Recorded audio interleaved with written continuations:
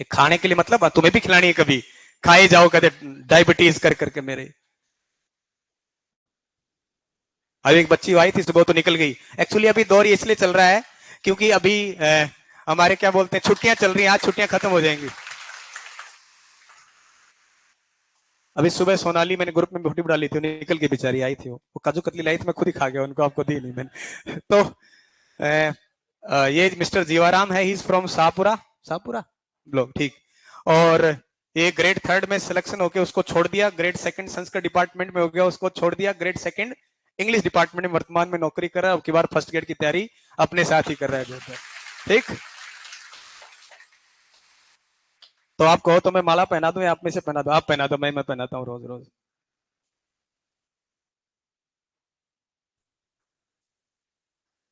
पहनाओ माला बच्चों, जोरदार तालियां बजाना।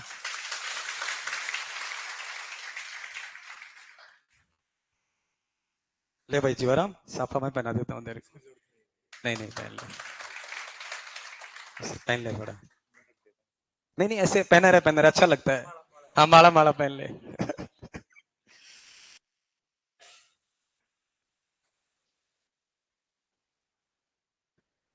हाँ मैं खा लूंगा, मेरे को मैं पक्का काजू कतली खाई थी मैंने आज।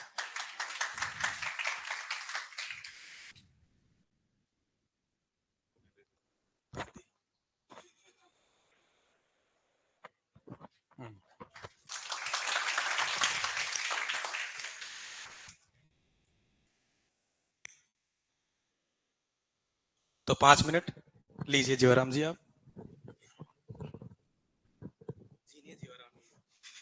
फिर क्या लगा रहे हो?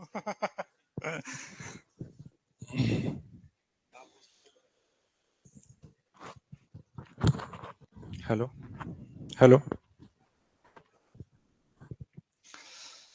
गुड इवनिंग सभी को। मैं जीवाराम अभी वर्तमान में श्री डूंगरगढ़ तहसील बीकानेर में पोस्टेड हूँ। पहले मैं सर के पास आया जब शुरू में कोचिंग का मन हुआ, बीएड किया। पहले कुबा एग्जाम देते हैं, जैसे 12वीं पास होती है सबके ऐसे रहता है कि गवर्नमेंट जॉब में जाए। लेकिन मैं जैसे भी लोगों से मिला कि यार वो मेरे को मैथ में बिल्कुल भी पुअर था। मैं मैथ अभी भी नहीं आती है और पहले भी नहीं आती थी। लेकिन जैसे ही सर के पास ऐसे सुना था नाम कि सर बहुत अच्छा रीट का, सेकंड ग्रेड का, फर्स्ट ग्रेड का, ऐसे इंग्लिश में बहुत अच्छा पढ़ाते हैं, तो मैंने फरवरी में आके फिर चला गया था। 10 दिन आया था बैच में, फिर चला गया, फिर वापस आया 1 मार्च से और कंटिन्यू रखा। तो मेरी ये पहली अटेम्प्ट में third grade, second grade, Sanskrit department और हाई कोर्ट एलडीसी, इन एग्जामों में मैंने सफलता पाई। और ये सब कैसे हुआ?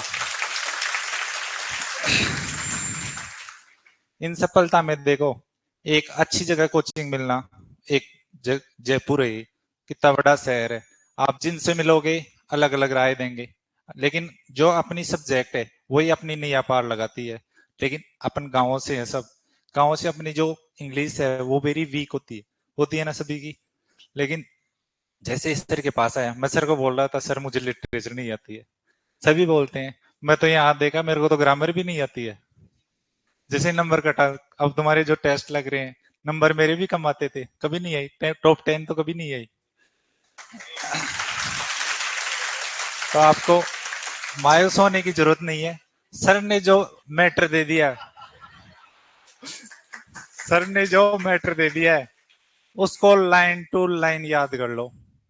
जिनसे भी नोट्स है, जैसे एक बुक होती है उसमें 180 पेज आती है, वो इतनी सी दिखती है, लेकिन आप उसको 80 बार या 20 बार 50 बार पढ़ोगे इतनी मोटी लगेगी, लगेगी ना।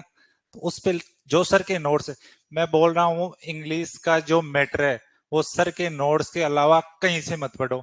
आपको कतई झांकने की जरूरत नहीं है। आपके साथ जो लाइब्रेरी में आते हैं, आप जहां भी पढ़ते हो, टेस्ट देते हो, आपको सब सारा मैटर उसी में मिलेगा। जैसे अभी तुम्हारे प्रूव भी हो गया, सिद्ध भी हो गया, संस्कृत डिपार्टमेंट का जो पेपर लगा है वो सारा देखो कैसा था, एक भी नोट से आउट नहीं था।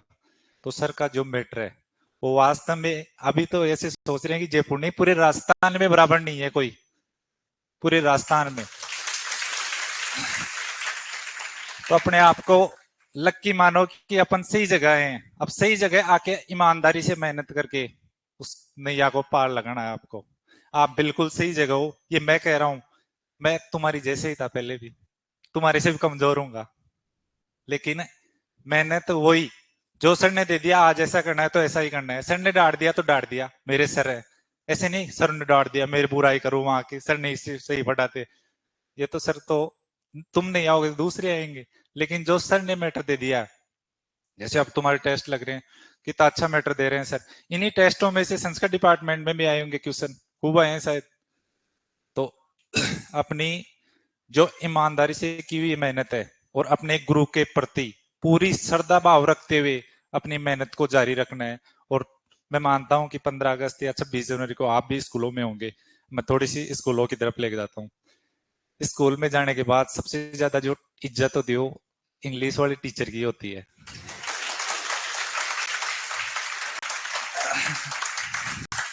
सब ये देखते हैं यार, ये 2 वर्ड बोल गए इंग्लिश के, पता ना क्या बोल गया। और बच्चे भी सबसे ज्यादा इज्जत किसकी करते हैं? इंग्लिश वाले टीचर की। और सर ही यहाँ देखो, सर का यहाँ बैठे हो आप, जैसे कोई 12वीं क्लास में पढ़ रहे हो वैसे हो यहाँ सब। नहीं, कोचिंग के खूब है, किसी से कोई मतलब नहीं। सर एक एक का चेहरा देख के बता सकते हैं इसका क्या नाम है, ये कैसा है पढ़ाई में। ये डायरेक्टली नहीं बोलते, इनडायरेक्टली बोलते, इसका सिलेक्शन होगा। और ये मेरे लिए भी बोले थे एक बार। तो मैं यही कहना चाहता हूं कि अपनी पढ़ाई को ईमानदारी और गुरु के प्रति सच्ची श्रद्धा रखते हुए अपने नोट्सों को बार बार पढ़ो। ऐसे नहीं नोट्स याद हो गए, बार बार रिवीजन करो।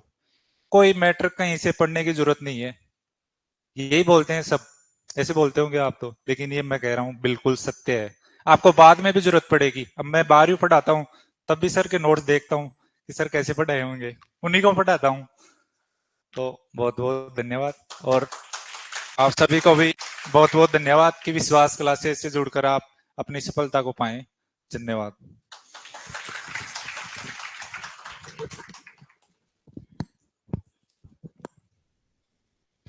बहुत बहुत धन्यवाद जीवाराम जी को, एक बार दोबारा तालियां बजाएंगे आप। तो मिस्टर जीवाराम ने आपको सारी बात बताई दी।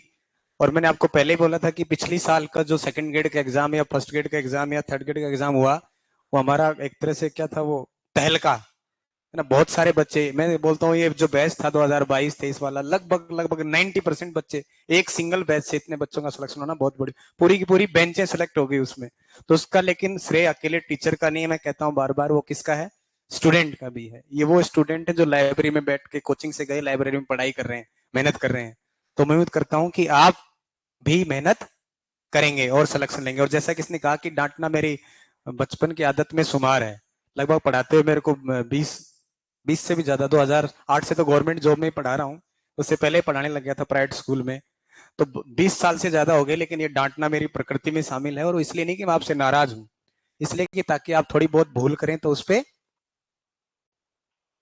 क्या सुधार हो। गुरु कुंभ शिष्य कुमार, है ना, समझे? गुरु, सॉरी उल्टा बोल गया, गुरु कुमार शिष्य कुंभ, है ना। तो उसमें खोट निकालने के लिए चोट क्या होता है? जरूरी होती है। तो आपको चोट लगती रहेगी और आप चोट लगने के साथ खोट निकालते रहेंगे और सिलेक्शन की तरफ बढ़ जाएंगे। ठीक, एक बार और धन्यवाद। जीवाराम को तालियां बजाइए। मिठाई लाए?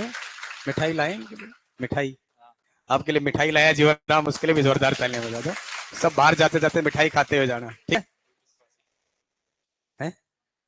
अच्छा, ये विश्वास क्लासेज में जो स्टूडेंट नौकरी लग जाते हैं, जुड़ जाते हैं, वो परमानेंट रहते हैं।